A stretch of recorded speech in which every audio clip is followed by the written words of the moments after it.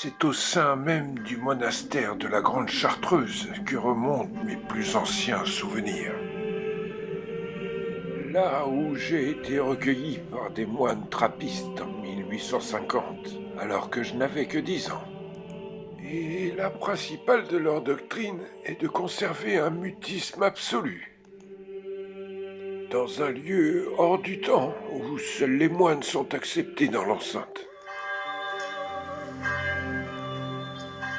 Et durant toute mon enfance, mon unique perception du monde extérieur fut cet univers baroque, figé dans le temps, ainsi que dans le rock.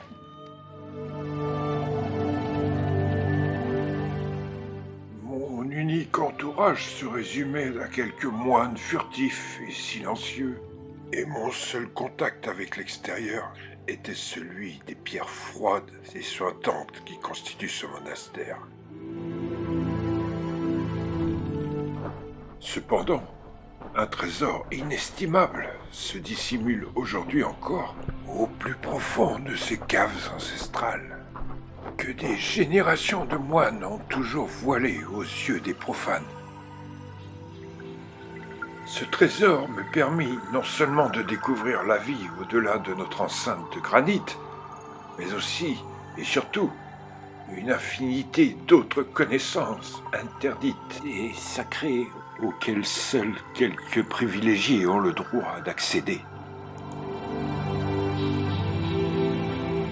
Cette fabuleuse richesse se trouve consignée à l'intérieur de chaque registre, de chaque manuscrit, grimoire, opuscules et autres papyrus que recèle l'incroyable bibliothèque de ce monastère.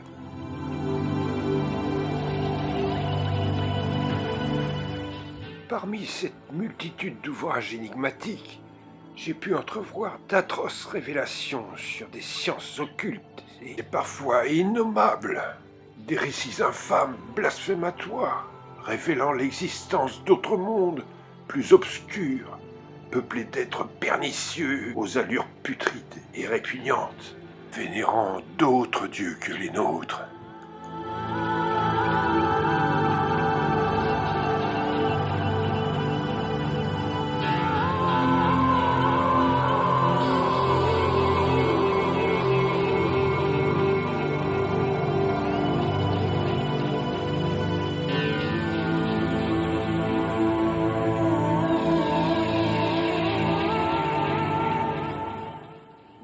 À présent, arrivé au terme de cette aventure, j'aurais plutôt tendance à croire que ce prodigieux don du ciel n'était autre qu'une perfide tentation du démon.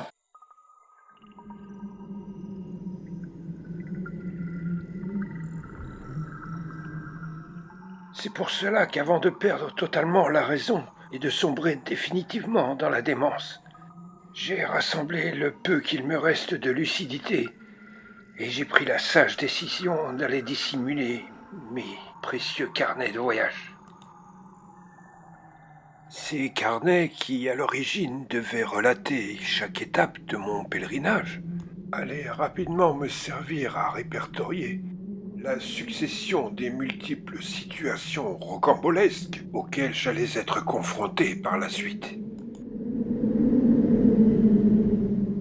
À tel point que, jour après jour, le contenu de certaines pages prit une tournure sordide et pernicieuse, si bien qu'à présent, vouloir révéler au monde de telles atrocités ne serait que pure folie.